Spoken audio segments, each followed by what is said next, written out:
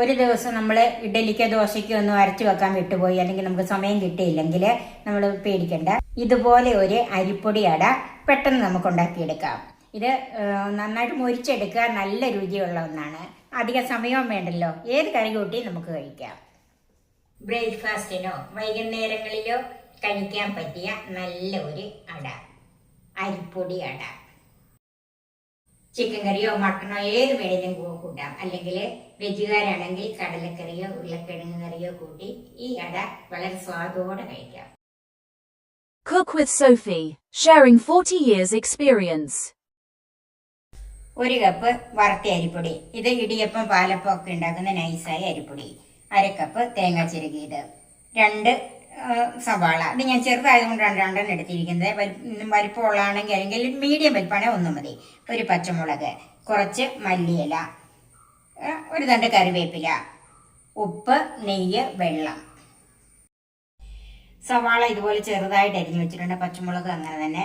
മല്ലിയിലയും കറിവേപ്പിലയും ചെറുതായിട്ട് അരിഞ്ഞിട്ടുണ്ട്. നമുക്കിതെല്ലാം കൂടി ഒന്ന് കുഴച്ചെടുക്കണം. ഒരു പാത്രത്തിലേക്ക് സവാള, പച്ചമുളക്, കറിവേപ്പില അരിഞ്ഞത്, മല്ലിയില അരിഞ്ഞത്, തേങ്ങ, ഇതെല്ലാം കൂടി ഒന്ന് മിക്സ് ചെയ്യാം.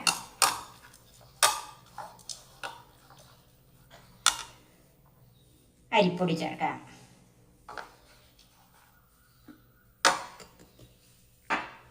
ഉപ്പ് ചേർക്കാം.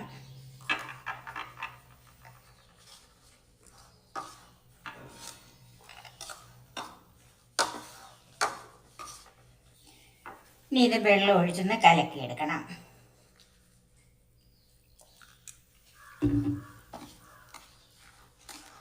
ഇത് ഒരു ദോശമാവിൻ്റെ അരിവിൽ വേണം കലക്കിയെടുക്കാൻ.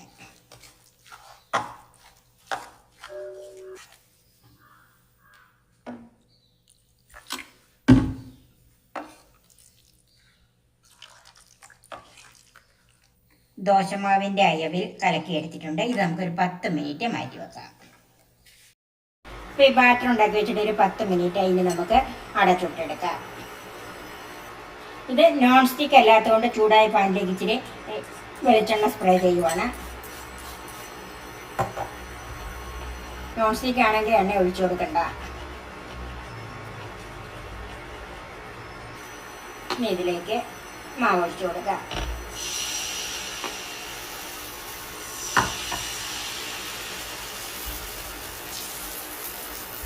ഒത്തിരി കനം വേണ്ട.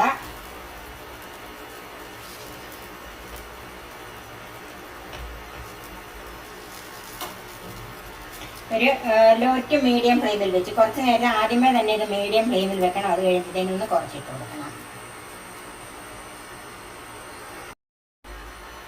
നമുക്കിതിന് പുറമെ അല്പം നെയ്യ് ഒഴിച്ചു കൊടുക്കാം.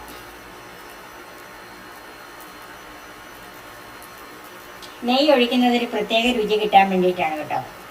ഇല്ലെങ്കിൽ വെളിച്ചെണ്ണയാണെങ്കിലും ഒഴിച്ചു കൊടുത്താൽ മതി. ഒരു വശം ഒന്ന് മുരിഞ്ഞ് വെന്തിട്ടുണ്ട്. നമുക്കൊന്ന് തിരിച്ചിട്ട് കൊടുക്കാം.